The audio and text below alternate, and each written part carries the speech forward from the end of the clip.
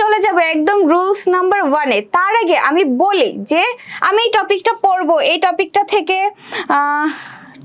থেকে কিভাবে কোশ্চেন আসবে সেটা আমাকে জানতে হবে, যে আমি এটা পড়ছি কিন্তু আমি অ্যাপ্লাইটা করব কিভাবে। শোনো, এইখানে এই বাংলা বানানের নিয়মে তোমাদের থাকবে 5 মার্ক, ঠিক আছে? সেইখানে একটা তোমাদের লেখার মতো একটা রিটেন কোশ্চেন থাকবে, যে হতে পারে বাংলা বানানের 5টি নিয়ম লিখো, হতে পারে ম ফলার 5টি নিয়ম লিখো, হতে পারে র ফলার 5টি নিয়ম লিখো, এরকম অর্থাৎ 5টি নিয়ম আসবে, যেখানে কি থাকবে 5টায় 5 মার্কস থাকবে। আরেকটা যেটা থাকবে সেটা হচ্ছে যে অনেকগুলো শব্দ দিয়ে দেবে এবং বলবে যে নিচের শব্দগুলো কি করবে, সঠিকভাবে লিখো। আমি তোমাদেরকে বলবো, এখন আমরা ক্লাসে আছি 142 জন আলহামদুলিল্লাহ। এই 142 জনকে আমি বলবো তোমরা কেউ কি করবে না, রিটেন কোশ্চেনে টাচ করবে না, একদম। আপু নিষেধ করছে, করা যাবে না। কেন আপু নিষেধ করছে তার একটা কারণ আছে, সেটা হচ্ছে যে তুমি রিটেন কোশ্চেনে টাচ করলে সেইখানে তুমি 5-এ 5 পাবা না। আর তোমরা জানো যে বাংলাতে A+ পাওয়ার জন্য সেকেন্ড পেপারের এই গ্রামার যে অংশটা, এইটা তোমার কাছে অনেক বেশি সহায়ক। তুমি বাংলা ফার্স্ট পেপারে যত পরীক্ষায় দাও না কেন 2 পেপার মিলিয়ে তো প্লাস হয়। সেকেন্ড পেপারে গ্রামারে ভালো না করলে তোমার বাংলায় প্লাস আসবে না, ফার্স্ট পেপার তুমি যত ভালো পরীক্ষা দাও না কেন। কারণ রিটেনে তুমি যা লিখবা সবাই তাই লিখবে, মোটামুটি কাছাকাছি মার্কস আসবে, পার্থক্য করে দেবে এই গ্রামারে এসে। তো আমি যেটা বললাম যে তুমি লিখবা কি, যে সঠিক নিয়মটা লিখলে কি হবে, সঠিক হলে 5-এ 5 দিয়ে দিবে, তোমার কাটার কোনো সুযোগ নাই। আর যদি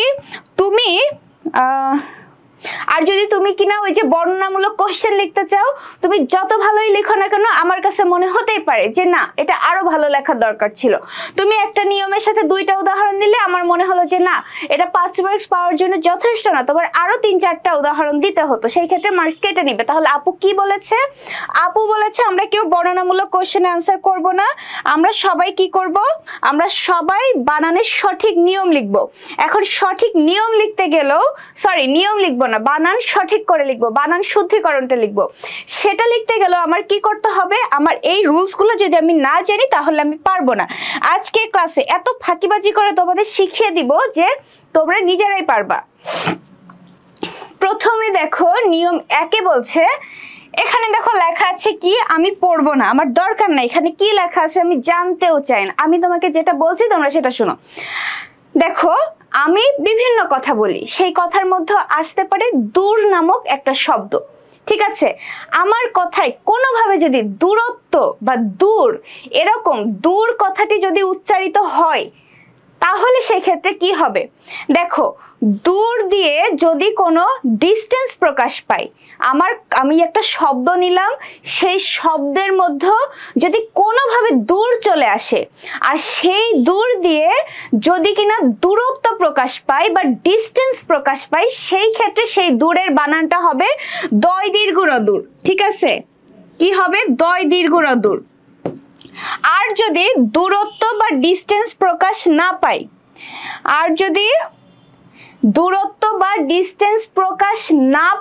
সেই ক্ষেত্রে হবে দয় রস্যু র দূর, ঠিক আছে? দয় রস্যু র দূর। তাহলে দূরত্ব প্রকাশ পেলে হবে দয় দীর্ঘ র দূর, দূরত্ব প্রকাশ না পেলে হবে দয় রস্যু র দূর। আমি যেমন বললাম দুর্ঘটনা, ঠিক আছে? আমি বলছি দুর্ঘটনা বলতে গিয়েও কিন্তু এই যে দেখো দূর কথাটি আমি উচ্চারণ করছি, তোমরা নিজেরা উচ্চারণ করো, সবাই উচ্চারণ করো, দুর্ঘটনা বলতে গিয়েও কিন্তু দূর কথাটি উচ্চারিত হচ্ছে, কিন্তু এই দুর্ঘটনা দূর দিয়ে তো কোনো কি ডিস্টেন্স প্রকাশ পায় না। দুর্ঘটনা বলতে এখানে বোঝাচ্ছে একটা খারাপ কোনো ঘটনা, এটা দিয়ে তো কোনো দূরত্বও প্রকাশ পাচ্ছে না, ডিস্টেন্সও বোঝাচ্ছে না। তাহলে এই দুর্ঘটনা দূরে হবে দয় রস্যু র দূর। আমি কি বোঝাতে পেরেছি? তোমরা কি বুঝতে পেরেছো? আমি কি বোঝাতে চেয়েছি? যেমন দুর্ঘটনায় তাইলে দয় রস্যু র দূর হলো। আমি যদি এখন বলি দূরত্ব মানে তো এমনিতেও ডিস্টেন্স বোঝায়, এই দূরত্ব কথাটিতে দেখো দূর কথাটি উচ্চারিত হচ্ছে, আর দূর কথা দিয়ে দেখো দূরত্বের দূর দিয়ে কিন্তু ডিস্টেন্সই প্রকাশ পাচ্ছে, সেই জন্য কিন্তু দূরত্বতে হয় দয় দীর্ঘ র দূর, ঠিক আছে?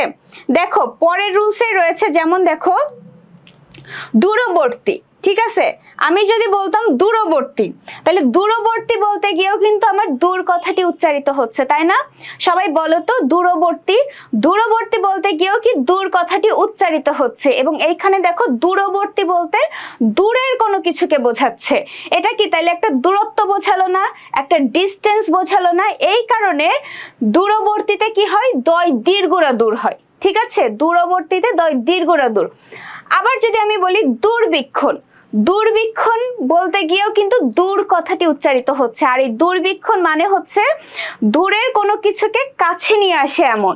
তাহলে কি দূরের কোনো কিছুকে কাছে নিয়ে আসছে, এটাও কি ডিস্টেন্সের একটা ব্যাপার রয়েছে, দূরের কোনো কিছু। তাহলে দূরবীক্ষণেও কিন্তু দূরত্ব বোঝাচ্ছে, সেই ক্ষেত্রে দূরবীক্ষণেও হবে দয় দীর্ঘরা দূর। ঠিক আছে, তাহলে কি দূরত্ব বোঝাইলেই সেটা হবে দয় দীর্ঘরা দূর, আর দূরত্ব না বোঝালে হবে দয় রস্যুরা দূর। এখানে দেখো আছে দুরবস্থা, দুরবস্থাতে দেখো দূর কথাটি উচ্চারিত হচ্ছে এবং দুরবস্থাতে বোঝাচ্ছে কি খারাপ অবস্থা, এই কারণে এখানে দয় রস্যুরা দূর হয়েছে। এখানে দেখো দুরন্ত, দুরন্ততে দূর রয়েছে। এখন এই দুরন্ত দ্বারা বোঝাচ্ছে কি যে চঞ্চল, ঠিক আছে, যে শান্ত নয়, চঞ্চল, একটু চটপটে, তাই না? তাহলে এটা তো কোনো ডিস্টেন্স প্রকাশ করছে না, এই কারণে দুরন্ততে দয় রস্যুরা দূর হয়েছে। ঠিক আছে, এরপরে দেখো রয়েছে দুর্দান্ত, দুর্দান্ত বলতে গিয়েও কিন্তু দেখো দূর কথাটি উচ্চারিত হচ্ছে এবং দুর্দান্ত মানে হচ্ছে চমৎকার। ঠিক আছে, দুর্দান্ত মানে চমৎকার, অসাধারণ, সুন্দর, এরকম কোনো কিছু। যেহেতু এটা দূরত্ব প্রকাশ করছে না, এই কারণে এখানে হচ্ছে দুর্দান্ততে দয় রস্যু হয়েছে।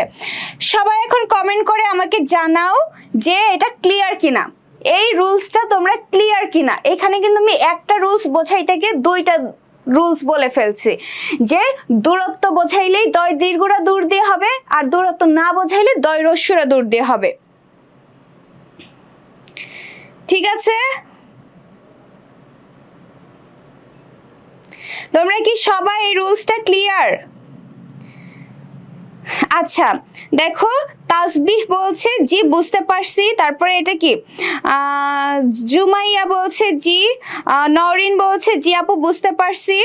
আচ্ছা নুসরাত জাহান বলছে জি, ইমন বলছে জি, রাবিয়া বলছে বুঝতে পেরেছি। আচ্ছা ঠিক আছে, তার মানে তোমরা সবাই ক্লিয়ার, তাই তো? মেঘ বলছে ক্লিয়ার, বা সুন্দর নাম তো মেঘ।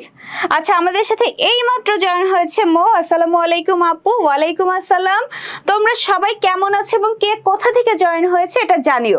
দেখো একটা রুলস বোঝাতে গিয়ে আমি দুইটা রুলস তোমাকে বলে দিয়েছি, তাই না?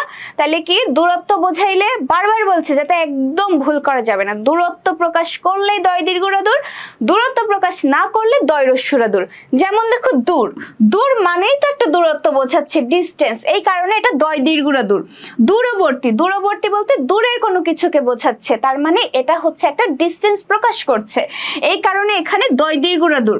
এখানে দেখো দূর দূরান্ত, দূর দূরান্ত মানে কি জানো? দূর দূরান্ত মানে অনেক দূরের কোনো কিছু। ঠিক আছে, দূর দূরান্ত অনেক দূরের কোনো কিছু, এখানে ডিস্টেন্স প্রকাশ করছে, এই কারণে এখানে দয় দীর্ঘ হয়েছে। দূরীকরণ, দূরীকরণ মানে কি?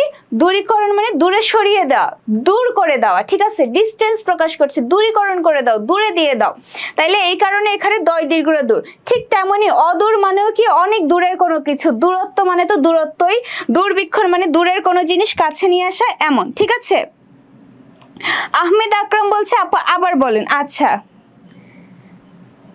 মারিয়াও বলছে আপু আরেকবার বলছেন। আচ্ছা ঠিক আছে, আমি আরো একবার বলবো, যারা বুঝতে পেরেছো তারা আবার শোনো, একদম মনে থেকে যাবে, যারা বুঝোনি তারা একটু বুঝো। আমি বলেছি তোমার কাছে মনে করো একটা শব্দ এসেছে, সেই শব্দটা তুমি আগে মনে মনে উচ্চারণ করো, মুখে উচ্চারণ করো। উচ্চারণ করতে গিয়ে যদি দূর কথাটি উচ্চারিত হয়, যেমন আমার কাছে একটা শব্দ আসছে, মনে করো সেই শব্দটা হচ্ছে যে দূরবর্তী। এখন এই যে দেখো দূরবর্তী বলতে গিয়ে দূর কথাটি উচ্চারিত হচ্ছে, এবার তুমি চিন্তা করবা যে এই দূর দ্বারা কি আসলেই দূরত্ব প্রকাশ করছে কিনা, বা ডিস্টেন্স যেটাকে বলি ডিস্টেন্স বোঝাচ্ছে কিনা।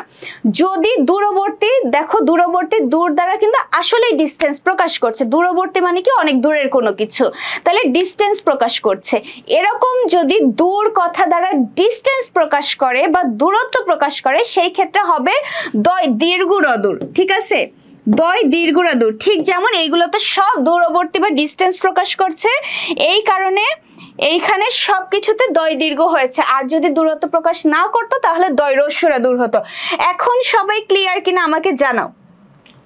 পরের নিয়মে দেখো কি বলছে। পরের নিয়মে বলছে যে ভাষা ও জাতিতে রস্যিকার হবে। তোমার কাছে মনে করো একটা শব্দ আসলো, সেই শব্দ দ্বারা কোনো ভাষা বোঝাচ্ছে, ঠিক আছে, ভাষা বোঝাচ্ছে বা কোনো জাতিকে বোঝাচ্ছে। আমি যদি বলি বাঙালি, তাহলে বাঙালি কি একটা জাতি? এরকম যদি ভাষা বা জাতি বোঝায় তাহলে সেই সকল ক্ষেত্রে রস্যিকার হবে। যদি ভাষা বা জাতির নাম বোঝায় সকল ক্ষেত্রেই রস্যিকার হবে, ভাষা বা জাতিতে কখনোই দীর্ঘিকার হবে না। যেমন ধরো দেখো এখানে বাঙালি বা বাঙালি আমরা যেটাই বলি না কেন সেটাই হচ্ছে যে রস্যিকার হবে। ম্যাম কেমন আছেন? রিমি বলছে আলহামদুলিল্লাহ খুবই ভালো আছি। দেখো এখানে কি বাঙালি বা বাঙালি যেটাই বলো না কেন একটা জাতিকে বোঝাচ্ছে, বাঙালি জাতিকে বোঝাচ্ছে, এই কারণে এখানে রস্যিকার হয়েছে। জাপানি, জাপানি কারা? যারা জাপানের অধিবাসী, এটা কি জাপানি একটা কি গোষ্ঠীকে বোঝাচ্ছে তাহলে বা জাতিকে বোঝাচ্ছে, এই কারণে এটা হয়েছে কি রস্যিকার। ইংরেজি, ইংরেজি একটা ভাষা, ইংরেজি একটা ভাষা, ভাষার নাম হইলে সেক্ষেত্রে সব রস্যি, ঠিক আছে। ঠিক তেমনি জার্মানি, ইরানি, হিন্দি, আরবি, ফার্সি, ঠিক আছে, যেটাই বলো না কেন ভাষা বা জাতি বোঝাইলেই সেই ক্ষেত্রে রস্যিকার হবে। ক্লিয়ার? কি পরিমাণ সহজ, এইভাবে মনে রাখলে কি পারবা না? অবশ্যই পারবা। আচ্ছা তাহলে কি ভাষা বা জাতি বোঝাইলেই সেই ক্ষেত্রে হয়ে যাবে রস্যিকার। তোমাদের ক্লাস কেমন লাগছে অবশ্যই আমাকে কমেন্ট করে জানাবে ক্লাস কেমন লাগছে, ঠিক আছে, ক্লাস কেমন লাগছে অবশ্যই কমেন্ট করে জানাও। এরপরে দেখো আরেকটা রুলস এখানে এসেছে, সেটা হচ্ছে কি ব্যক্তির কারি বা আড়িতে দীর্ঘিকার হয়, ঠিক আছে। কারি বা আড়ি, তোমার কাছে যদি একটা শব্দ আসে সেই শব্দে যদি কারি বা আড়ি এই টাইপের একটা উচ্চারণ যদি আসে, যেমন ধরো অধিকারী, কারি আসতেছে না, তো কোনো যদি কারি উচ্চারিত হয় কোনো শব্দে আর সেইটা যদি কোনো ব্যক্তিকে প্রকাশ পায়, যেমন অধিকারী, অধিকারী অবশ্যই অধিকারী কে হয়? একটা মানুষই তো হয়, ব্যক্তি তো হয়। গরু ছাগল কি কোনো কিছুর অধিকারী হতে পারে? এরকম যদি কারি বা আড়ি কোনো শব্দে আসে এবং সেটার দ্বারা যদি কোনো ব্যক্তিকে বোঝায় সেই ক্ষেত্রে সেটা হবে কি, কি হবে সেটা? সেটা রস্যিকার হবে। ব্যক্তি যদি বোঝায়, সরি ব্যক্তি যদি বোঝায় সেই ক্ষেত্রে হবে দীর্ঘিকার, ঠিক আছে। মেহেদি হাসান বলছে ম্যাম আজকে অনেক কমন পড়েছে। আলহামদুলিল্লাহ, তোমাদের সবার কাছে এই ধরনের আজকের কোশ্চেনের রিভিউশন আমার ভীষণ ভালো লেগেছে এবং আমিও দেখেছি আসলেই কোশ্চেন কিন্তু ভালো হয়েছে। আচ্ছা এবার দেখো ব্যক্তির কারি বা আড়িতে কি হবে? দীর্ঘিকার হবে। অধিকারী, তাহলে এই যে দেখো কারি উচ্চারিত হচ্ছে এবং এটা দ্বারা কি একটা ব্যক্তিকে বোঝাচ্ছে, কারণ ব্যক্তিরাই অধিকারী হয়। আর একটা ধরি আবেদনকারী, তো আবেদনকারী কে হয়? যে আবেদন করে, তো আবেদন কে করে? কে হতে পারে আবেদনকারী? নিশ্চয় একটা মানুষ। এরকম যদি কারি বা আড়ি দিয়ে যদি কোনো মানুষকে বোঝায় সেই ক্ষেত্রে হবে দীর্ঘিকার, ঠিক আছে। মানুষ যদি ইন্ডিকেট করে, কারি বা আড়ি দিয়ে যদি কোনো মানুষকে বোঝায় সেই ক্ষেত্রে হবে দীর্ঘিকার, আর মানুষকে না বোঝালে হবে কি রস্যিকার। তাহলে কি কারি বা আড়ি থাকলে মানুষের ক্ষেত্রে দীর্ঘিকার, মানুষ না হলে রস্যিকার। যেমন ধরো সহকারী, সহকারী কে হয়? তোমার গরু ছাগল তোমাকে সহকারী হতে পারবে? চেয়ার টেবিল কি কারো সহকারী হতে পারে? আকাশ বাতাস কারো সহকারী হতে পারে? সহকারী অবশ্যই একটা মানুষ হয়, সেই জন্য এখানে দেখো দীর্ঘিকার হয়েছে। উপকারী, উপকার নিশ্চয়ই কে? উপকারী, এটা মানুষকে বোঝায় তাই না, মানুষকে বোঝায়, এই কারণে এটা হবে হচ্ছে, এটা কি হবে? এটা মানুষকে বোঝাচ্ছে বলে দীর্ঘিকার। অধিকারী, একটা মানুষই হয় অধিকারী, সেই কারণে দীর্ঘিকার। আবেদনকারী, মানুষই আবেদন করতে পারে বা আবেদনকারী হয়, সেই কারণে এটা হবে দীর্ঘিকার। পথচারী, পথচারী মানুষের ক্ষেত্রে বোঝায় পথচারী। একটা গরু ছাগল, গরু ছাগলও কিন্তু পথে চলে, কিন্তু গরু ছাগলকে কেউ পথচারী বলে না। শুধু কি মানুষই পথে চলে? জীবজন্তু কি পথে চলে না? অবশ্যই চলে, কিন্তু পথচারী মানুষকেই বলে, ঠিক আছে। তাই মানুষকে বলে বলে এখানে মানুষ বোঝাই বলেই দীর্ঘিকার। কর্মচারী মানুষই হয়, এই কারণে এটা হবে দীর্ঘিকার। এই যে দেখো চম্পা চম্পা খুব সম্ভবত, বা আমি ঠিক পড়তে পারছি না, ও লিখেছে উত্তরাধিকারী। উত্তরাধিকারী কি হয়? মানুষ হয়। উত্তরাধিকারী দ্বারা কোনো মানুষকে বোঝায়, এই কারণে দেখো এখানেও দীর্ঘিকার হয়। আর ঠিক তেমনি কি বলেছি, মানুষ না হইলে সেই ক্ষেত্রে হবে রস্যিকার। সরকারি, সরকারি বিদ্যালয়, এটা দেখো মানুষকে বোঝায় না কিন্তু, ঠিক আছে? মানুষ কিন্তু কখনো সরকারি হয় না, সরকারি একটা দলকে বোঝানো যেতে পারে, কিন্তু মানুষ সরকারি হয় না, ঠিক আছে? তাহলে কি সরকারি কোনো দলকে নিয়ে ইন্ডিকেট করতে পারে, সরকারি কোনো বিদ্যালয়কে ইন্ডিকেট করতে পারে, বাট কোনো মানুষ কিন্তু সরকারি হয় না, সেই ক্ষেত্রে এটা রস্যিকার। দরকারি, দরকারি দ্বারা কি কোনো মানুষ বোঝায়? কর্মচারী কোনটা হবে? কর্মচারী, এই যে দেখো কর্মচারী, আরি আসছে, কিন্তু এইটা উচ্চারণ করতে গেলে আরি আসছে। চায়ের মধ্যে একটা আ রয়েছে, কিন্তু এই ক্ষেত্রে আরি উচ্চারিত হচ্ছে, কর্মচারী। তাই বলেছি আরি বা কারি যদি থাকে শব্দে এবং সেটা দ্বারা মানুষকে ইন্ডিকেট করলে দীর্ঘিকার, মানুষকে ইন্ডিকেট না করলে সেটা হবে রস্যিকার। তরকারি, তরকারি কি কোনো মানুষ? তরকারি তো কোনো মানুষ না, তাই না? তাহলে সেই ক্ষেত্রে হবে হচ্ছে রস্যিকার। শিকারী হবে রস্যিকার। ক্লিয়ার? এই রুলস সবার ক্লিয়ার কিনা আমাকে ঝটপট কমেন্ট করে জানাও, ঝটপট কমেন্ট করে জানাও, আমি পরবর্তী রুলসে চলে যাব। আজকে পরীক্ষা কার কেমন হয়েছে? আচ্ছা দেখো, আজকের ক্লাসটা কিন্তু আমি নিচ্ছি কি 26, 27 বা 26-এর পরবর্তী ব্যাচকে টার্গেট করে, হ্যাঁ? যদিও এটা 25-এরও রয়েছে, তারপরেও তোমরা যারা 25 ব্যাচের ভাইয়া বা আপুরা ক্লাস করছো আজকে, তোমরা একটু জানিও তোমাদের পরীক্ষা কেমন হয়েছে, ঠিক আছে? আচ্ছা, এরপরে দেখো বলছে প্রমিত বানানে শব্দের শেষে দীর্ঘিকার থাকলে গণ যোগে রস্যিকার হয়, ঠিক আছে? গণ যোগে রস্যিকার হয়। এখন দেখো তোমার মাথায় আসবে যে আপু ম্যাম ব্যতিক্রমগুলো একটু পড়ায়েন। হ্যাঁ, ব্যতিক্রমও সব আসবে, ব্যতিক্রমও সব আসবে, কিন্তু দেখো আমি ব্যতিক্রমগুলো এমন ভাবে রুলসের মধ্যে এনেছি যে তুমি ধরতে পারতেছো না যে আপু যেটা বলতেছে এটা সহজ। যেমন দেখো কারি বা আরি, তুমি কি এতদিন জানতা যে হচ্ছে এটা মানুষকে না বোঝাইলে এইভাবে দীর্ঘিকার হতে পারে, মানুষকে না বোঝাইলে রস্যিকার হবে, আর মানুষকে বোঝাইলে দীর্ঘিকার? যেগুলো বলতেছি এগুলোই মাথার মধ্যে রাখো, ঠিক আছে? আচ্ছা দেখো, এরপরে দেখো কি বলতেছে, এই যে এখানে রয়েছে প্রমিত বানান। এখন তোমার মাথায় আপু প্রমিত বানান কি, তোমার এটা দেখার দরকার নেই। প্রমিত বানান করে জানানো দরকার নেই, দেখারও দরকার নেই, আমার এটা খোঁজারও দরকার নেই যে এটা কোনটা এর মধ্যে প্রমিত বানান, এটা বাদ দিলাম। মেইন কথা হচ্ছে কোনো শব্দের শেষে যদি দীর্ঘিকার থাকে, মনে করো তোমার কাছে একটা শব্দ আসলো, সেই শব্দের দীর্ঘিকার রয়েছে, ঠিক আছে? যেমন আমি যদি বলি কর্মচারী, এটা হয় হচ্ছে দীর্ঘিকার, কিন্তু যখন হয়ে যাবে কি এর সাথে যখনই গণ যুক্ত হয়ে যাবে, ঠিক আছে? শব্দের সাথে যখন গণ যুক্ত হয়ে যায় তখন সেই রস্যিকার হয়ে যায় কি দীর্ঘিকার, ঠিক আছে? সরি, সেই দীর্ঘিকার হয়ে যায় কি রস্যিকার। যেমন দেখো সহকারী, ঠিক আছে? সহকারী, তাহলে কি সহকারীতে দীর্ঘিকার রয়েছে। আমি বলেছিও যে কারি বা আরি আসলে কি হয়, মানুষকে বোঝাইলে দীর্ঘিকার হয়, মানুষ না বোঝালে রস্যিকার হয়। কিন্তু এই যে এটা হচ্ছে এক্সেপশনাল, ব্যতিক্রম। সেটা কি, কারি বা আরি যদি আবার এই শব্দের শেষে যদি আবার গণ যুক্ত হয়, যেমন দেখো সহকারী, সহকারীর সাথে যদি আবার গণ যুক্ত হয়, গণ কথাটি যুক্ত হলেই গণের আগে দীর্ঘিকার হয়ে যাবে রস্যি, গণের আগে দীর্ঘিকার হয়ে যাবে রস্যি। দেখো সহকারী ছিল দীর্ঘিকার, এই যে গণ যুক্ত হয়েছে, গণ যুক্ত হওয়ার কারণে এখানে দীর্ঘিকারটা রস্যিকার হয়ে গিয়েছে, ঠিক আছে? দীর্ঘিকার হয়ে গিয়েছে রস্যি। তোমরা কি ব্যতিক্রমটা বুঝতে পারছো? প্রমিত বুঝান প্লিজ, প্রমিত বানান তোমার বোঝার কোনো প্রয়োজন নেই, এইটা বুঝতে গেলে তোমার মাথা আউলিয়ে যাবে, উল্টাপাল্টা হয়ে যাবে। প্রমিত বানান তোমার পরীক্ষায় লিখতেও হবে না, যা লিখতে হবে না শুধু শুধু মাথা ঘোলায় কোনো লাভ নাই।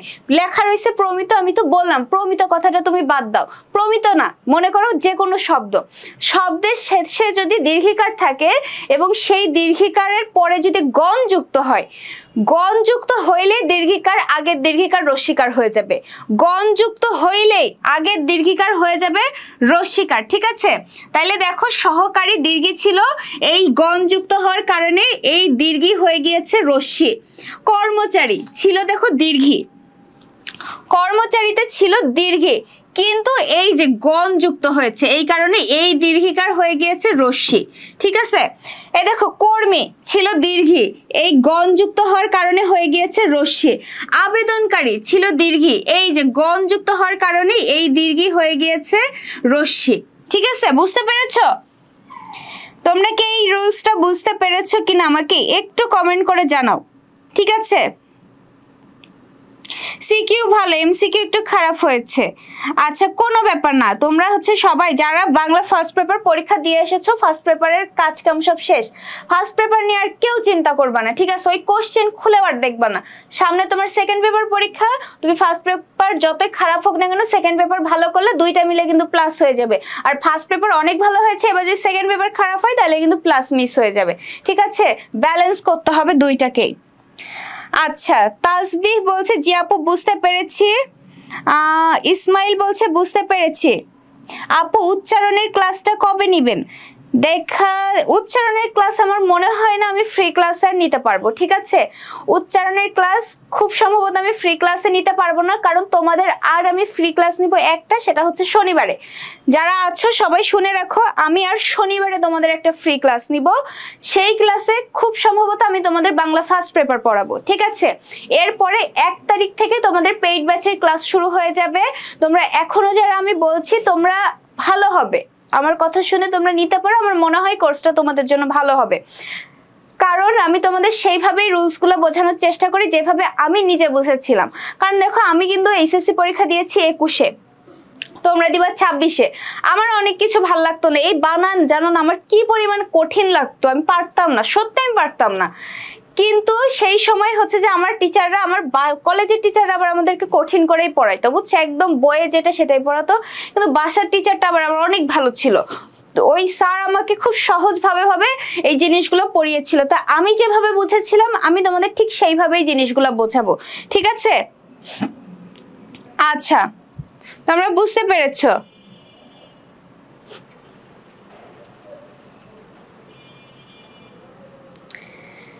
এরপরে দেখো কোর্সের মেয়াদ কতদিন? কোর্সের মেয়াদ হচ্ছে তোমার সিলেবাসের A to Z কমপ্লিট করা হবে। বাংলা, ইংরেজি এবং আইসিটি এই তিনটা মিলে তোমাদের হচ্ছে EBI course, English Bangla ICT. এই তিনটা মিলে ইংলিশে তোমাকে ফার্স্ট পেপার সেকেন্ড পেপার একদম A to Z পড়াবে, রিটেন পার্ট সহ। ফার্স্ট পেপারেও A to Z পড়াবে একদম রিটেন পার্ট সহ। সব মিলিয়ে এই তিনটা কোর্স তুমি একসাথে পেতে পারো 1699 টাকায়। ঠিক আছে, এছাড়া যদি তোমার মনে হয় যে না আমার বাংলা আইসিটি দরকার নেই, আমার ইংলিশ দরকার, সেক্ষেত্রে তুমি শুধু ইংলিশ কোর্সও কিনতে পারবা। ইংলিশ করায় খালিদ ভাইয়া, তুমি 1100 টাকা দিয়ে কোর্সটা কিনতে পারবা, ইংলিশ, শুধু ইংলিশ। তোমরা চাইলে বাংলা কিনতে পারো, যে আমার ইংলিশ আইসিটি লাগবে না, শুধু বাংলা দরকার, তুমি তাহলে শুধু বাংলা কোর্সটি পেতে পারো 500 টাকায়।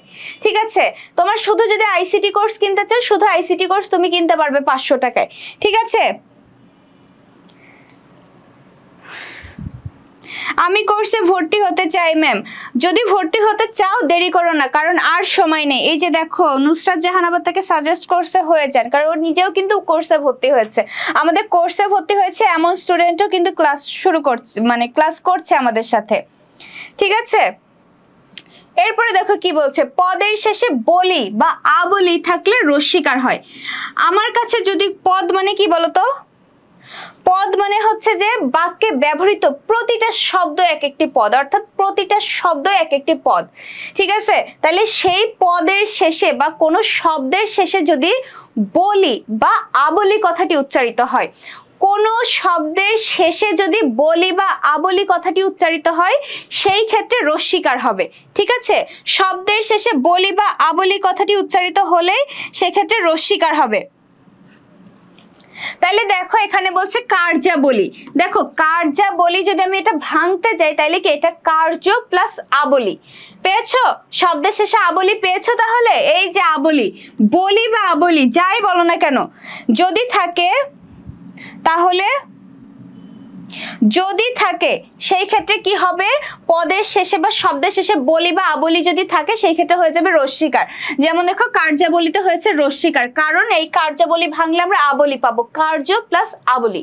যেহেতু আবলি পেয়েছি এই কারণে এটা রস্বীকার হবে। ঠিক আছে, কত টাকা?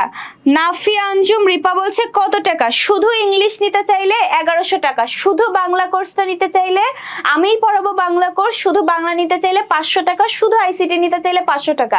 আর তুমি একসাথে বাংলা, আইসিটি এবং ইংরেজি নিতে পারো, সেই ক্ষেত্রে 1699 টাকা। একসাথে তিনটা নিলে 1699 টাকা। এবং খালিদ ভাই তোমরা জানো অসাধারণ ইংলিশ ক্লাস করায়, তাই না?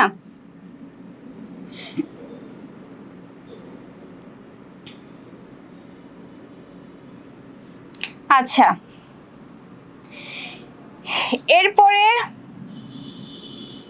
এরপরে দেখো এখানে রয়েছে শর্তাবলী। ঠিক আছে, শর্তাবলীটাকে যদি আমি ভাঙি তাহলে কি শর্ত প্লাস আবলী। যেহেতু দেখো শব্দের মধ্যে আবলী কথাটি এসেছে, আবলী পেয়েছো, আবলী বা বলি কথাটি থাকলেই সেটা হয়ে যাবে রস্যিকার।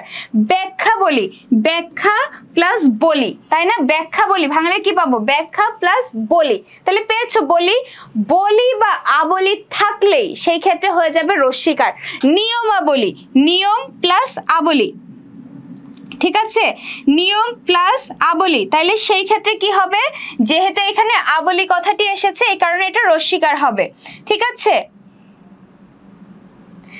তাইলে সেই ক্ষেত্রে হয়ে যাবে রস্যিকার। তথ্যাবলী, তথ্য প্লাস আবলী, আবলী কথাটি এসেছে তাই রস্যিকার।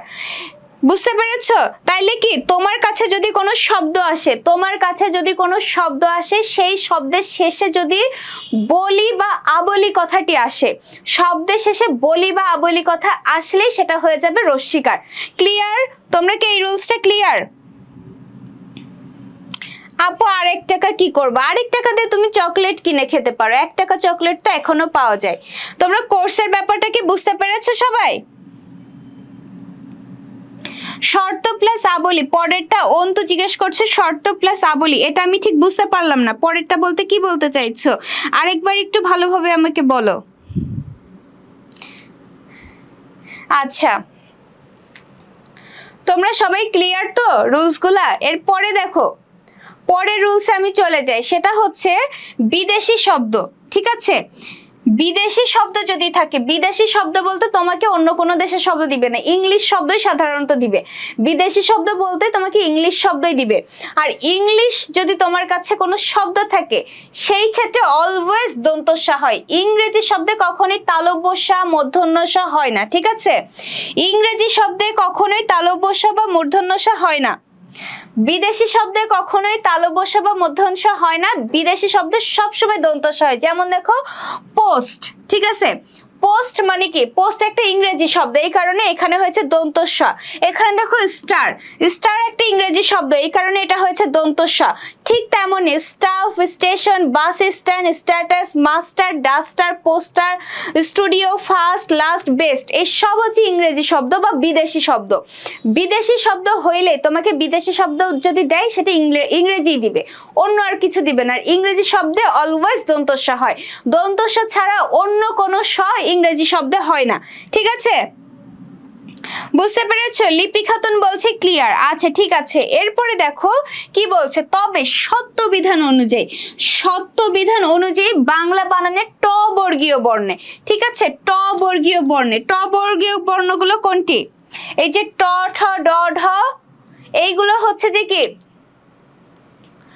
এইগুলো হচ্ছে যে ট বর্গীয় যতগুলো শব্দ রয়েছে সেইগুলো সবের সাথে কি মূর্ধন্য ষ যুক্ত হয়। ঠিক আছে, আর এই মূর্ধন্য ষ ট বর্গীয় শব্দ বলতে সেইখানে ট এর সাথে সাধারণত যুক্ত হয়।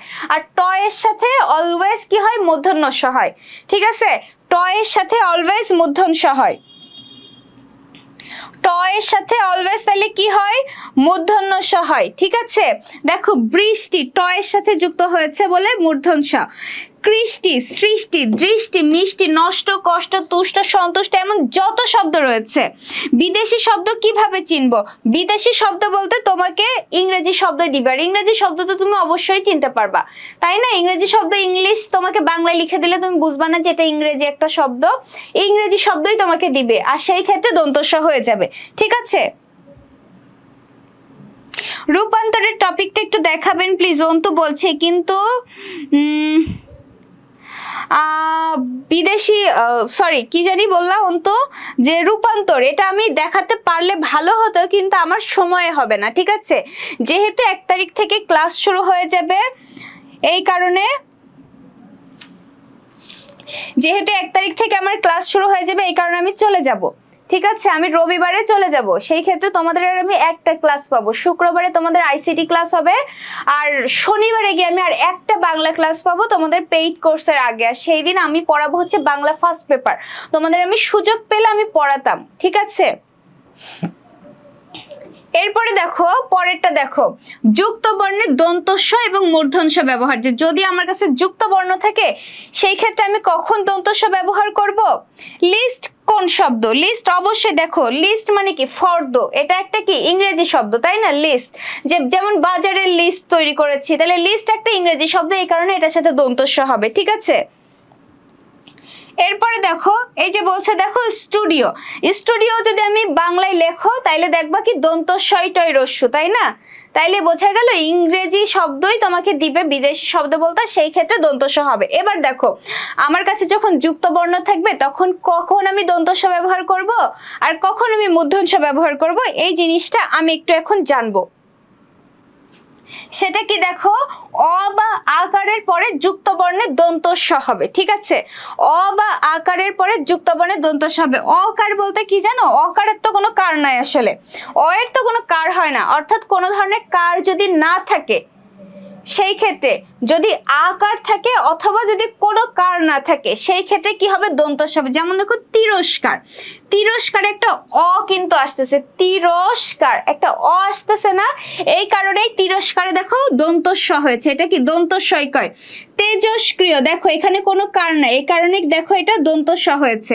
ঠিক আছে, যদি কোনো কার না থাকে বা অ উচ্চারিত হয়, এই কারণে বলছে যে এখানে তোমার বোঝার জন্য লিখছে অ বা আকার। শুধুমাত্র অ উচ্চারিত যদি হয় আর আকার যদি থাকে সেই ক্ষেত্রে কি হবে? পরের যে যুক্ত বর্ণ সেটার সাথে দন্তস্ব যুক্ত হবে। নমস্কার, দেখো কোনো কার নাই, নমস্কার একটা অ আসতেছে। ঠিক আছে, একটা অ আসতেছে, এই কারণে এটা হয়েছে দেখো দন্তস্ব। পুরস্কার, দেখো একটা অ আসতেছে, পুরস্কার, এই ক্ষেত্রে দন্তস্ব হয়েছে। পুরস্কৃত, দন্তস্ব হয়েছে। বুঝতে পেরেছো? এবার এর ব্যতিক্রম হচ্ছে বাষ্প দ্বারা গঠিত শব্দসমূহ। ঠিক আছে, বাষ্প দ্বারা গঠিত শব্দসমূহ, আমি কি বলেছি যে যদি অ আসে আর যদি আ আসে, ঠিক আছে, সেই ক্ষেত্রে কি দন্তস্ব হবে। কিন্তু বাষ্প, দেখো বাষ্পতে কিন্তু আ রয়েছে, তারপরেও হচ্ছে যে এইখানে মূর্ধন্য হবে। ঠিক আছে, শুধুমাত্র এই বাষ্প আর নিষ্ফল বাদে সকল ফয়ে হবে হচ্ছে দন্তস্ব, অর্থাৎ এই দুইটা শুধুমাত্র এক্সেপশনাল, যে বাষ্প আর নিষ্ফল এই দুইটাতে শুধু মূর্ধন্য হয়, এছাড়া আর সকল ক্ষেত্রে কি হবে? দন্তস্ব হবে। বোঝা গেল? বাষ্প আর নিষ্ফল এই দুইটাই শুধু ব্যতিক্রম, এছাড়া সকল ক্ষেত্রে দন্তস্ব হবে। বাংলা একাডেমি প্রণীত বাংলা বানানের যে কোনো 5টি নিয়ম লিখে। হ্যাঁ, বাংলা বানানের যে কোনো 5টা নিয়ম বললে তুমি তোমার মতো যে কোনো 5টা নিয়ম লিখে দিতে পারবা। তবে আমি কি বলেছি, এইটা লিখলে কিন্তু ভালো মার্কস পাবা না, তোমাকে বানান শুদ্ধিকরণ লিখলেই ভালো হবে। ঠিক আছে, সেই ক্ষেত্রে ভালো মার্কস পাবা। এরপরে দেখো এই যে দেখো নমস্কার লিখেছে, কে লিখেছে? শানু, শানু লিখেছে নমস্কার। নমস্কার বলতে গেলে কি একটা অ আসতেছে, এই কারণে কিন্তু দন্তস্ব যুক্ত হচ্ছে। বুঝতে পারতেছো তোমরা?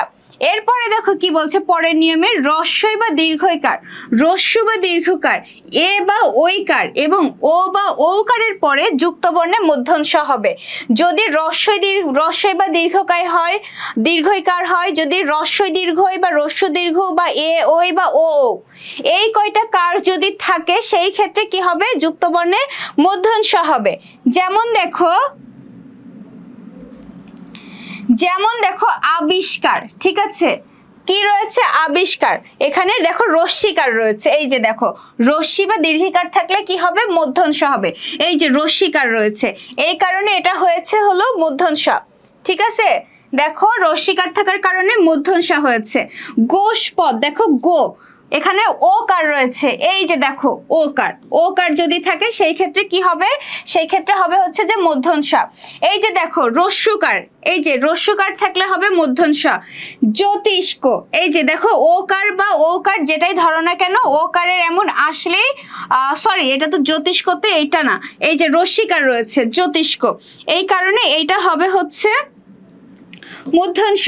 দুষ্কর্ম, দেখো রস্যকার থাকার কারণে, তাহলে বুঝলে কখন কখন মূর্ধন্য ষ হবে, মূর্ধন্য ষ কখন কখন হবে, আর দন্ত স কখন কখন হবে। দন্ত স হবে যখন অ উচ্চারিত হবে বা অকার বা আকার যদি থাকে সেই ক্ষেত্রে শুধুমাত্র দন্ত স হবে, তবে কি নিষ্ফল আর বাষ্প এই দুইটা হচ্ছে যে ব্যতিক্রম, ঠিক আছে। এছাড়া সকল ক্ষেত্রেই হচ্ছে যে তোমার কি দন্ত স হবে।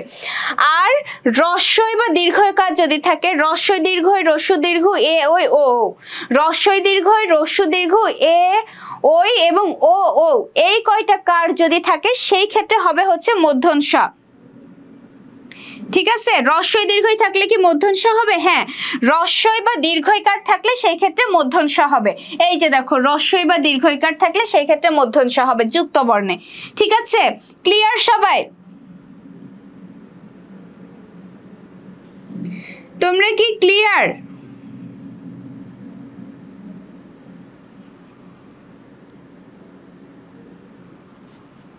রস্বই দীর্ঘই থাকলে কি মূর্ধন্য ষ হবে? হ্যাঁ, রস্বই দীর্ঘই থাকলে তাহলে মূর্ধন্য ষ হবে।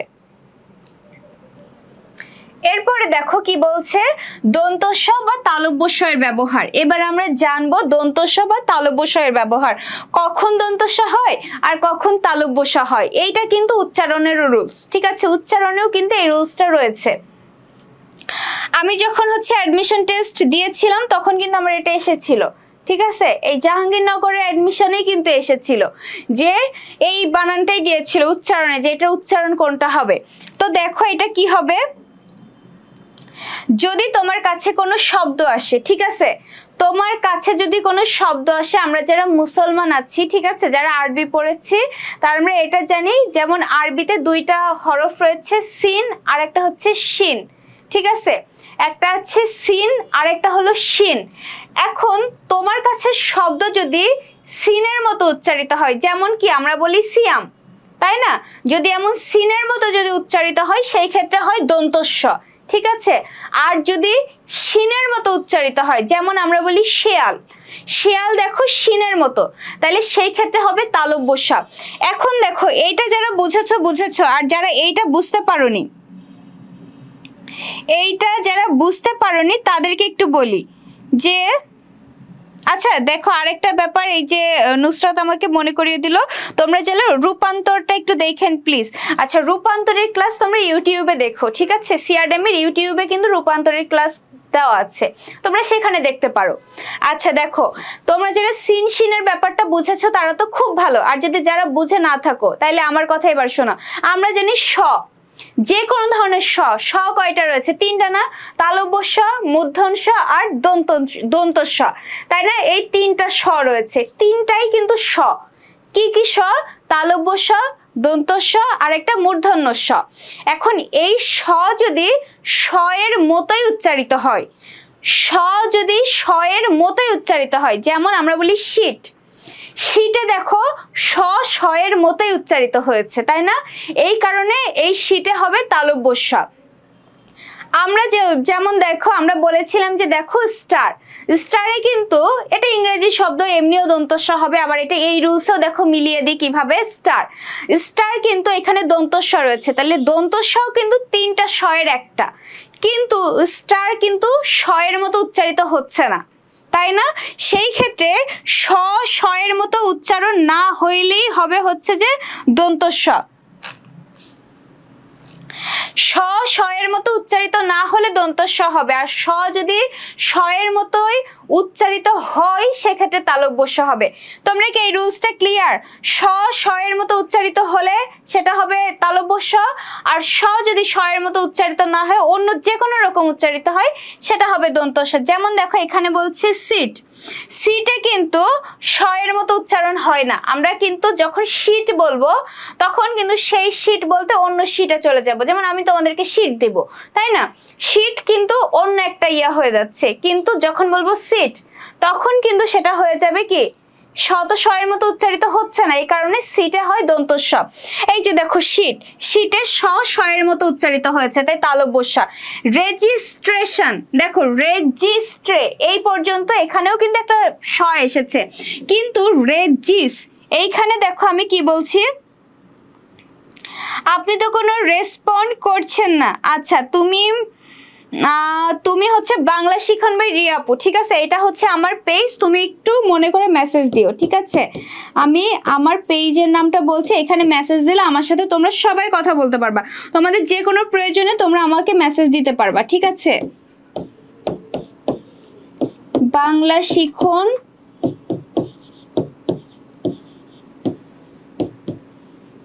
রিয়া আপু, এই পেজে তোমরা নক দিলে আমার সাথে কথা বলতে পারবা। এবার দেখো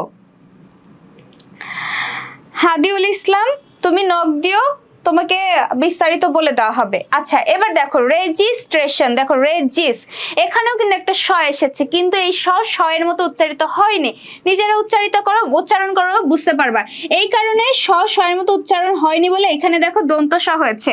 আর পরেরটা বলছি রেজিস্ট্রেশন, যেহেতু স এর মতোই উচ্চারিত হয়েছে এই কারণে তালব্য স হয়েছে। ঠিক তেমন দেখো মিশন, মিশনে কি হয় স এর মতোই উচ্চারিত হচ্ছে, এই কারণে তালব্য স হয়েছে।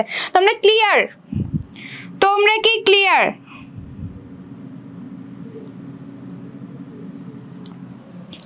তোমরা কি সবাই এই রুলসটা ক্লিয়ার? এরপরে দেখো বলছে যে পূর্ণ এবং পুন, সেই ক্ষেত্রে হচ্ছে কখন মধ্যাহ্ন হবে, কখন দন্তান্ন হবে। যদি তোমার কাছে কোনো শব্দ আসে এবং সেই শব্দে যদি পূর্ণ কথাটি আসে, ঠিক আছে, আর সেই পূর্ণ দ্বারা যদি কমপ্লিট, ঠিক আছে, কমপ্লিট বা সম্পূর্ণ এরকম একটা অর্থ দেয়, যেমন আমি যদি বলি পূর্ণরূপ, পূর্ণরূপ দেখো পূর্ণ আসছে, তাই না? পূর্ণরূপে কি হয় পূর্ণ আসছে, আর এই পূর্ণ দ্বারা কি বোঝায় যে সম্পূর্ণ রূপ, পূর্ণরূপ মানে সম্পূর্ণ রূপ, তাহলে কি পূর্ণ দ্বারা এই ক্ষেত্রে সম্পূর্ণ অর্থটা বোঝাচ্ছে। এরকম যদি পূর্ণ দ্বারা সম্পূর্ণ অর্থ প্রকাশ পায় সেই ক্ষেত্রে হবে হচ্ছে যে পয় দীর্ঘ এবং মূর্ধন্য রেফ। পূর্ণ দ্বারা যদি সম্পূর্ণ অর্থ প্রকাশ পেলে সেটা হবে পয় দীর্ঘ এবং মূর্ধন্য রেফ। আর যদি তোমার কাছে একটা শব্দ আসে যে পুন, এটা দ্বারা যদি বোঝে যে পুনরায় বা রিপিট করা, যেটা ঠিক আছে রিপিট করা যদি বোঝায় সেই ক্ষেত্রে হবে দন্তান্ন, ঠিক আছে, এবং পয়রস্য। রিপিট করা যদি বোঝায় পুন দ্বারা সেই ক্ষেত্রে হবে যে পয়রস্য দন্তান্ন। আর যদি রিপিট করা না বুঝিয়ে পূর্ণ দ্বারা যদি তোমার কাছে কমপ্লিট বা সম্পূর্ণ এরকম বোঝায় সেই ক্ষেত্রে হবে পয় দীর্ঘ মধ্যাহ্ন, ঠিক আছে? বুঝতে পেরেছো? যেমন দেখো পূর্ণরূপে, পূর্ণরূপ মানে সম্পূর্ণ রূপ, এই কারণে দেখো পয় দীর্ঘ মধ্যাহ্ন রেফ হয়েছে। পূর্ণমান মানে কি সম্পূর্ণ মান, তাই না? সম্পূর্ণ বা কমপ্লিট অর্থ প্রকাশ করছে, এই কারণে পয় দীর্ঘ মধ্যাহ্ন রেফ। এরপর দেখো সম্পূর্ণ, সম্পূর্ণ মানেই তো সম্পূর্ণ, পরিপূর্ণ, পরিপূর্ণ মানেও সম্পূর্ণই প্রকাশ পায়, এই কারণে পয় দীর্ঘ মধ্যাহ্ন রেফ হয়েছে। আরেকটা কি বলেছি যে পুন দ্বারা যদি রিপিট করা বোঝায় যে বা পুনরায় এরকম বোঝায় সেক্ষেত্রে হবে পয়রস্য দন্তান্ন, ঠিক আছে? দেখো পুনর্প্রকাশ, পুনর্প্রকাশ মানে কি পুনরায়, পুনরায় প্রকাশ, রিপিট করা বোঝাচ্ছে, এই কারণে পয়রস্য দন্তান্ন। পুনর্পরীক্ষণ, ঠিক আছে? আপু পিডিএফ পাবো কিভাবে? ফ্রি ক্লাসের পিডিএফ দেওয়া হয় না, ঠিক আছে? ফ্রি ক্লাসে তোমরা পিডিএফ পাবা না। পুনর্পরীক্ষণ মানে কি পুনরায় পরীক্ষা, এই কারণে হচ্ছে আপু আপনার পেজটা পেলাম না, কেন পাবা না? বাংলা শিখন রিয়া আপু, আচ্ছা আমি ক্লিয়ার করে লিখে দিব, ঠিক আছে? এখানে দেখো পুনর্পরীক্ষা মানে কি পুনরায় পরীক্ষা, ঠিক আছে? পুনরায় পরীক্ষা, এই কারণে এটা যেহেতু রিপিট করা বোঝাচ্ছে তাই পয়রস্য দন্তান্ন। পুনর্বিবেচনা, দেখো পুনর, এইটা দেখো পুনর্বিবেচনা মানে কি আবার বিবেচনা, রিপিট করা, পুনরায় আবার বিবেচনা, তাই না? এই কারণে পয়রস্য।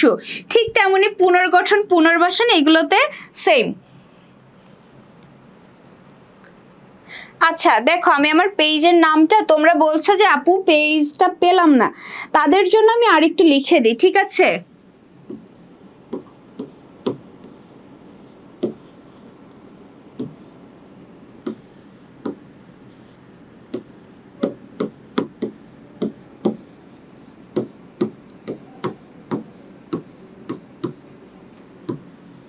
বাংলা শিখন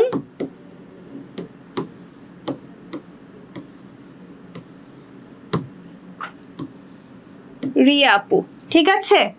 এইটা বলেই সার্চ দাও, দেখবা আসবে এবং আমারই ছবি দেওয়া রয়েছে, খুঁজে পেতে অসুবিধা হবে না আশা করি।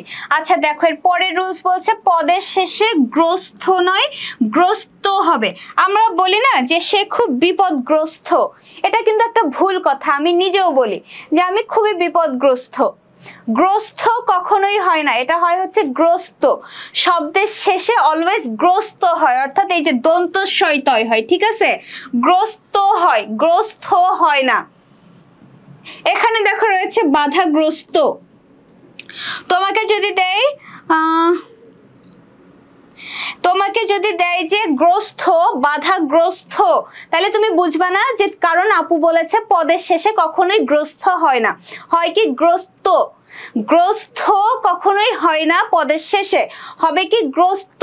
তাহলে এটা দিলে তোমরা ইজিলি পেয়ে যাবা, তাই না? পেয়ে যাবা।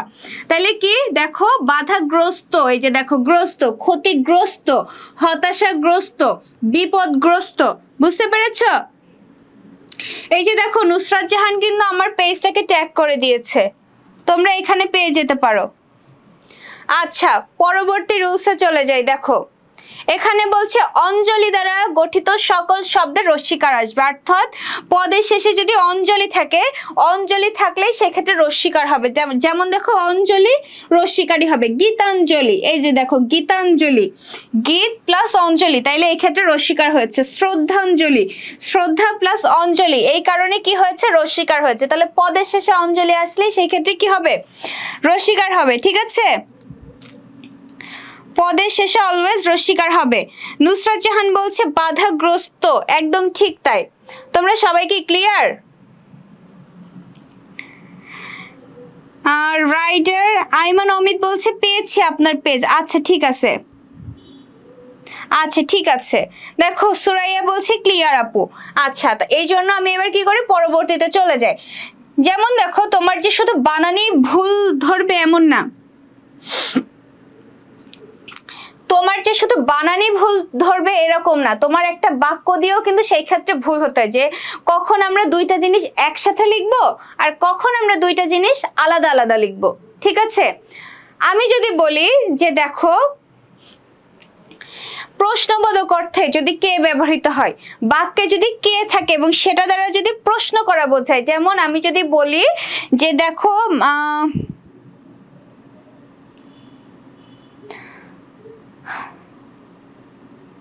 এই যে দেখো নওরিন এইমাত্র আমাদেরকে কমেন্ট করলো ক্লিয়ার আপু। আচ্ছা আমি তাহলে নওরিনের নাম ধরেই বলি, তোমরা আবার কেউ কি মন খারাপ করো না। আচ্ছা থাক, তোমাদের কারোর নাম নিব না। ধরো একজনের নাম রহিম, আমি যদি বলি যে রহিম কে, মনে করো আমি চিনি না, আমি প্রশ্ন করছি যে রহিম কে, সেই ক্ষেত্রে আমি কি করব, আলাদা আলাদা লিখবো যে রহিম কে, কে রহিম, ইংলিশ কি হু ইজ রহিম, তাই না? এরকম যদি প্রশ্ন করা বোঝায় সেই ক্ষেত্রে তুমি কি করবা, আলাদা লিখবা। যেমন হৃদয় কে, প্রশ্ন করছে যে হৃদয় কে, প্রশ্ন করার কারণে এটা আলাদা আলাদা হবে।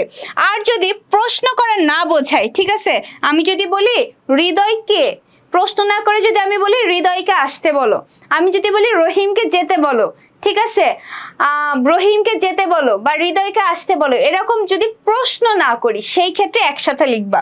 এই যে দেখো এখানে প্রশ্ন করেছিলাম যে হৃদয়কে, তাই আলাদা হয়েছে, এখানে প্রশ্ন করে না, এখানে আমি সাধারণ একটা কথা বলেছি যে হৃদয়কে আসতে বলো, এই কারণে এই দুইটা একসাথে হয়েছে। ক্লিয়ার তোমরা? তোমরা কি সবাই ক্লিয়ার? এরপরে দেখো বলছে সমাসবদ্ধ পদ বা বহুবচন রূপী শব্দগুলোর মাঝে ফাঁকা রাখা যাবে না।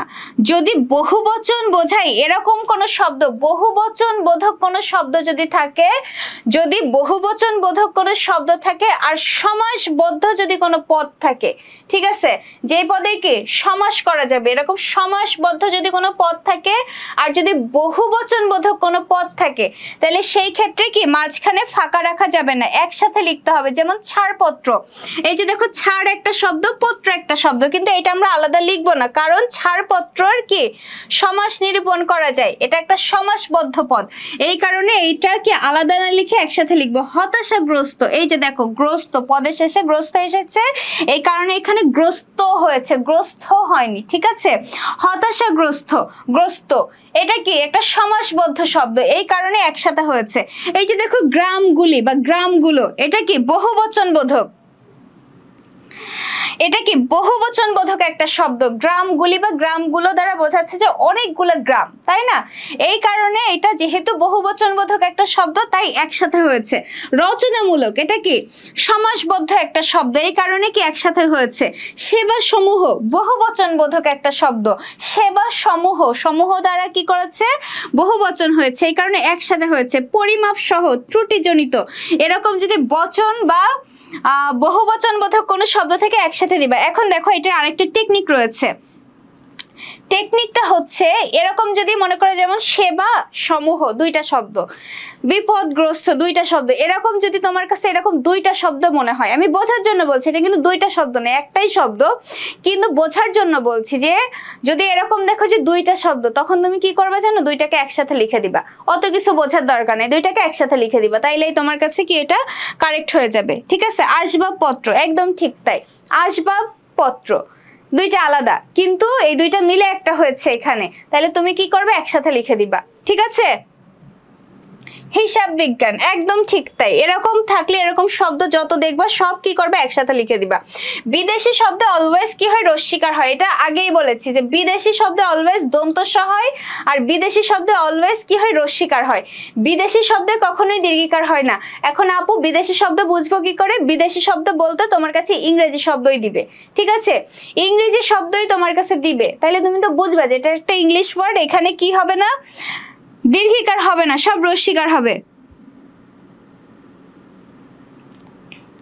আপু সেটা আলাদা বুঝবো কি করে, আলাদা তো না, সেটা আলাদা কিন্তু না, হিসাব বিজ্ঞান একটা সাবজেক্ট, বাট এটা কিন্তু একটা সাবজেক্ট, কিন্তু দেখো হিসাব এটা কি আলাদা একটা শব্দ না, হিসাব, আবার বিজ্ঞান আলাদা একটা শব্দ, এরকম আমি তোমার বোঝার জন্য বলতেছি, এটা কিন্তু কোনো রুলসে নয়। তোমরা আবার এই ক্লিপটা দেখা যাবে কি ক্রপ করে দিয়ে আরেকজনকে বললে সে ভুল ধরতে পারে, আল্লাহ হিসাব বিজ্ঞান এটা আবার আলাদা হয় কি করে।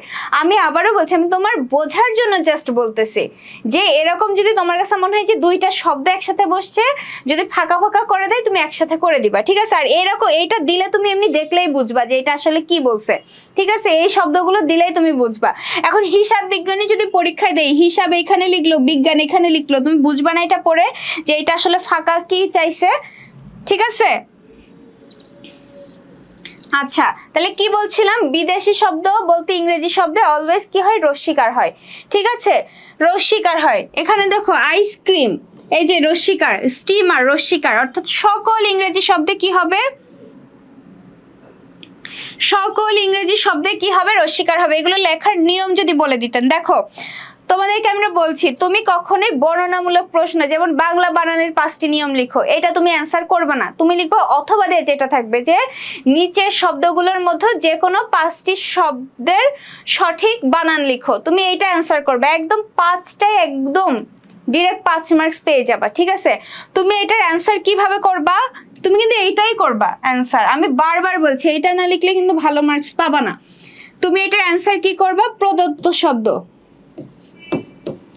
প্রদত্ত শব্দ,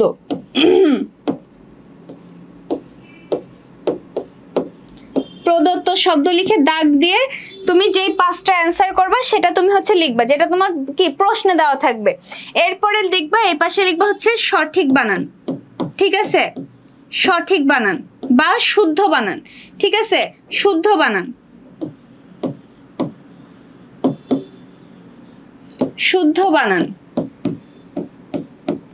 প্রশ্নের ভুল বানানটা তুমি এখানে লিখবা, আর হচ্ছে সঠিক বানানটা তুমি এখানে লিখবা, এইভাবে অ্যান্সার করবা। দেখো তোমার পরীক্ষার খাতা কিভাবে তুমি সাজিয়েছো, পরীক্ষার খাতাও কিন্তু সাজানো যায়, নকশা করে ডিজাইন করে না, এই যে কত সুন্দরভাবে তুমি প্রেজেন্ট করছো, এটার উপরেও কিন্তু ভালো মার্কস দিয়ে দেয়, ঠিক আছে। তোমরা কি বুঝতে পেরেছো? এর পরের রুলসটা একটু দেখি আমরা, এর পরের রুলসটা দেখো, যদি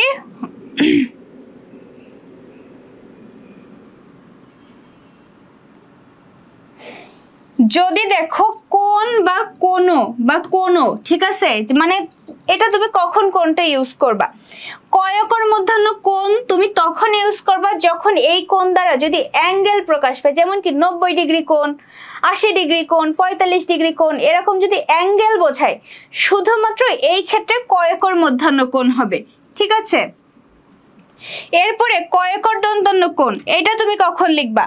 কয়কর দন্তন্য কোণ লিখবা যদি তোমার কাছে এরকম প্রশ্ন করে যে তুমি কোন দিকে যাবা, কোন বিষয়টি তুমি জানতে চাও, এরকম প্রশ্ন করা বোঝালেই কয়কর দন্তন্য কোণ হবে। আর কয়কর দন্তন্য ওকর এই কোনটা হবে যদি কোনো প্রশ্ন না হয়। যেমন দেখো আমি কিন্তু নিজেই এখন বললাম যে যদি কোনো প্রশ্ন না হয়, এটা দ্বারা তো আমি কোনো প্রশ্ন করি নাই। প্রশ্ন না করা বোঝালে কয়কর দন্তন্য একর হবে, যেমন যে কোনো একটি প্রশ্নের উত্তর দাও। ঠিক আছে, অমিত বলছে একদম ক্লিয়ার।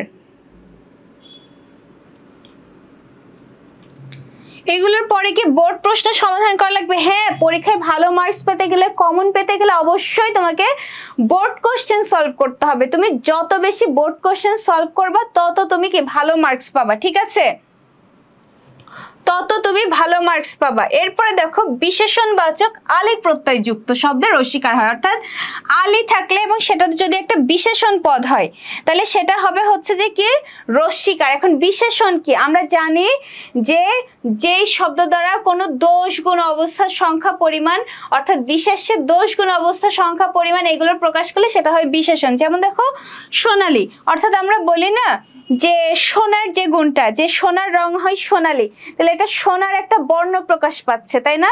যে সোনার কোন বর্ণ বা সোনার কোন রূপ, কি রূপ, সেটা হচ্ছে সোনালী, রূপালী, রূপার রূপ, বর্ণালী, বর্ণের। ঠিক আছে, এরকম দেখো বিশেষণ যদি বোঝায় এবং সেই ক্ষেত্রে আলি যুক্ত হলে সেটা রস্যিকার হবে। ঠিক আছে, আলি যুক্ত হলে সেটা হয়ে যাবে রস্যিকার। তোমাদের যতগুলো রুলস পড়ানো হয়েছে তোমরা ক্লিয়ার কিনা? তোমরা ক্লিয়ার কিনা? আজকের ক্লাসে সবকিছু তোমরা বুঝেছো কিনা আমাকে এখন কমেন্ট করে জানাও যে আজকের ক্লাসে যা যা করালাম তোমরা সবাই এটা ক্লিয়ার হয়েছো কিনা।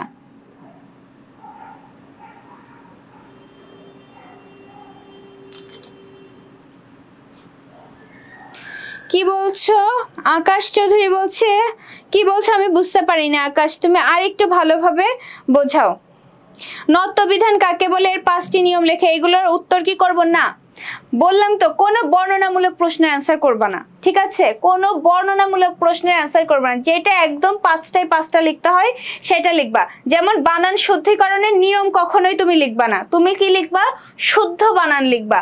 তুমি উচ্চারণের নিয়ম কখনোই লিখবা না, তুমি লিখবা সঠিক উচ্চারণ। তুমি সমাসের নিয়ম কখনোই লিখতে যাবে না, তুমি ডিরেক্ট সমাস নির্ণয় করবা। ঠিক আছে, এইগুলো লিখলেই তোমরা ভালো মার্কস পাবা। এখন আমাকে জানাও, আমি আমার আসলে দাঁড়িয়ে দাঁড়িয়ে কিন্তু কথা বলা অনেক কষ্ট। ঠিক আছে, তো এখন আমি যে এত কিছু তোমাদের কাছে বক বক বক বক করেই গেলাম, তোমরাও এত কষ্ট করে আমার কথা শুনলে, এখন বলো ক্লাস কেমন লাগলো, তোমরা বুঝেছো কিনা সেটা আমাদেরকে জানাও।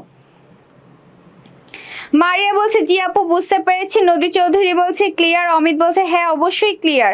আচ্ছা, শরীফুল ইসলাম বলছে মোটামুটি। তুমি তাহলে এই ক্লাসটা আরেকবার করো, আমি ক্লাসটা শেষ করার পরে ক্লাসটা তো রেকর্ড থাকবে এই পেজে, সিআরএম এর পেজে, তুমি তাহলে ক্লাসটা আরেকবার করে একদম ক্লিয়ার হয়ে যাবা। নুসরাত বলছে জি আপু ক্লিয়ার, ভালোভাবে বুঝতে পেরেছি। নওরিনও বলছে জি আপু ক্লিয়ার।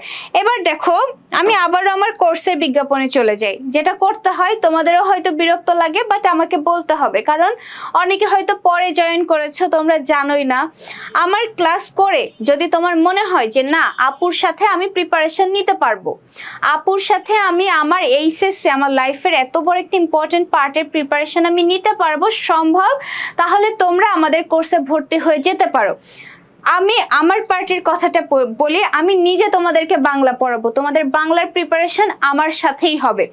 আমি প্রত্যেকটা টপিক যেটা আজকে পড়াবো কালকে একদিন আমি পড়ার সময় দিব, পরের দিনই সেই টপিকের আমি এক্সাম নিয়ে নিই। ঠিক আছে, 25 ব্যাচেও সেটাই করেছি, যেটা আজকে পড়িয়েছি পরশু সেটার এক্সাম নিয়ে নিয়েছি। কাজে আমি পড়িয়ে গেলাম আর তুমি জি আপু বুঝতে পেরেছি বলে চলে গেলে, তাহলে তুমি বুঝলাম না যে তুমি বুঝেছো কিনা, আবার তুমিও বুঝলা না যে তুমি আসলে পারো কিনা। তাই আমি পরীক্ষা নিয়ে তোমাকে যাচাই করা হবে। এরপরে দেখো কি করা হয়, প্রতিটা টপিকে তো আলাদা আলাদা করে করে একটা পরীক্ষা নেওয়া হয়। সকল টপিক যখন ক্লিয়ার হয়ে যাবে তখন প্রতিটা জিনিসের একদম ওভারঅল এক্সাম নেওয়া হয়। একইভাবে তোমার Bangla first paper second paper দুইটাই পড়াবো, ঠিক আছে। সেকেন্ড পেপারে আবার তোমার নির্মিতি অংশ আমি নিজে ক্লাস করাবো তোমাদের, যে তুমি মানে রিটেন যে পার্টটা সেকেন্ড পেপারে, রিটেন পার্ট তুমি কিভাবে লিখবা, অনেক সময় তুমি বুঝতে পারো না, ঠিক আছে। অনেক সময় তুমি বুঝতে পারো না যে তুমি রিটেন পার্টটা কিভাবে অ্যান্সার করবা, বা তোমার সাজেশন বা এটসেট্রা, অর্থাৎ বাংলার যত ধরনের তোমার প্রবলেম আছে সব তুমি সলভ করতে পারবা। আরেকটা প্রশ্ন হতে পারে যে আপু পেইড গ্রুপের ক্লাসটা কেমন হবে? ক্লাসটা হবে তোমরা যারা আমাদের পেইড গ্রুপে থাকবা তোমাদেরকে নিয়ে একটা কি গ্রুপ ক্রিয়েট করা হবে, ঠিক আছে, একটা প্রাইভেট গ্রুপ। সেখানে পেইড ব্যাচের বাইরে কেউ জয়েন হতে পারবে না, ঠিক আছে, কারণ এটা কি সিআরডেমি থেকেই এটা হচ্ছে মেইনটেইন করা হবে, বাইরের কেউ তোমরা জয়েন হতে পারবে না। এবার লাইভ ক্লাস, ধরো আমার একটা প্রবলেম হচ্ছে, আমি আমার ক্লাসটা দিয়ে দিলাম রাত মানে সন্ধ্যা 9টায়, ধরো আমি ক্লাস দিলাম, এখন তোমার প্রবলেম আছে 9টায় তুমি ক্লাস করতে পারবে না, সেই ক্ষেত্রে তোমার করণীয় কি, তুমি এই ক্লাস রেকর্ড থাকবে একদম তোমার এইচএসসি পর্যন্ত, একদম তোমার এইচএসসি পর্যন্ত, এই এক্সাম হওয়া পর্যন্ত, সরি এক্সাম হওয়া না, তোমার অ্যাডমিশন পর্যন্ত এই ক্লাস রেকর্ড থাকবে আমাদের ওয়েবসাইটে, ঠিক আছে। ওয়েবসাইটেও তোমাদের এনরোল করিয়ে দেওয়া হবে।